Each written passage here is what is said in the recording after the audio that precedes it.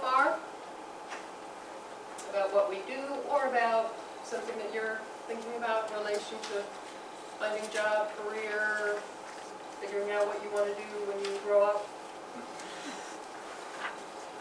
All right. So besides exploring and engaging, the final thing that we work with you on is what we call evaluating. And that's really kind of stepping back and saying, okay, I think I know I want to go in this direction. What do I have to do to actually do it? So it's that taking action piece. So say you decide, after doing a little self-assessment, maybe you decide that you want to become a public health educator. Okay, well actually public health educators usually, if they want to really go somewhere, they go to grad school and get a master's in public health. So okay, I'm going to have to get a master's. What do I do to do that, right? So we'll work with you on that, how to plot out your strategy for applying to grad school. And that has its own little set of timelines and criteria that you need to consider. How many people here might be interested in grad school? Okay, I think about half.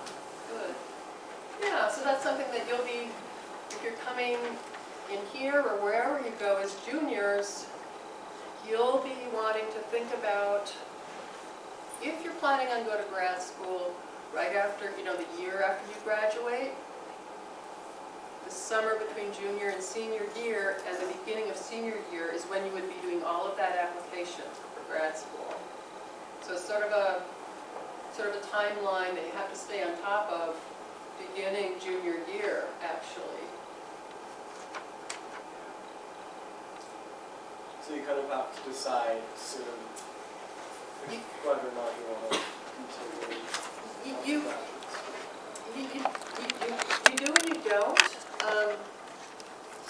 I always say it's better to be really clear on why you're going to graduate school and for what, than to kind of rush it. Oh, I need to go to grad school and it should be right after I graduate, so I'll just apply for something. It's much better to, if you need 2-3 years to go work or talk to people to figure out what it is you want to go for, do that and then apply. It's much better to be clear on why you're going, because it costs money and time, right? So you really want to clarify that. Yeah, don't feel like I got to jump right into that. Yeah, on average, is the graduate school like usually 2 years? Most of them are 2 years. It depends a little bit on what it is.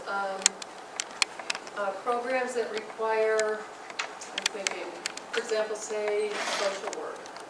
If you're going to be a social worker, a big part of that education has you working, like an internship in the community, getting credit for that. So sometimes that can go to like 3 years because maybe a year of it or 9 months is spent out there.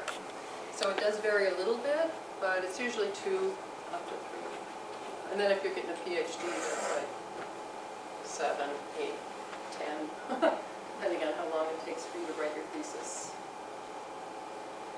Other questions? Does the Career Center really help with transfers to graduate schools at Berkeley? Is that where the main connection are, or do you help with transfers to graduation schools at other universities? Yeah, that's a good question. So what we do is, if you're interested in applying for grad school, the way we work with you is to help you decide which ones. Okay, so it's not just you have to apply to Berkeley, otherwise go away. We're not going to help you, right? We're going to help you determine the best grad school for you, and then we'll help you kind of set up a timeline and figure out what you need to do in order to apply. What we don't do, and I don't think any career centers are really in the role to do this, is to facilitate like, oh, I've got an in at the law school here, so I'll put in a good word for you, or, it's not quite the streamlined or linked process as it might be if you're matriculating here from College of Marin, right? There's a little bit more of this transferring business, obviously, there are transfer students that goes on, so there's some coordination there. But for grad school, it's like a whole new deal. What we do is we just help you figure out what you need to do, kind of time it, give you some suggestions on, when how to take your GRE, or how to get letters of recommendation, and things like that. Is it normal for people to go to a different grad school than their undergraduate? Yeah, it's more common, I would say, to go to another grad school than to their undergrad. And I think, you know, there's a few deciding factors in that. One is looking at grad schools that offer the best programs for what you want to study, and it's not always your undergrad school, right? Another is location. People will make that a big factor, and another is cost. You know, so sometimes they'll try to stay on here, and more times they'll go elsewhere. This trend is becoming really prevalent throughout the country, and I think a lot of people aren't actually going to the same graduate school as they are.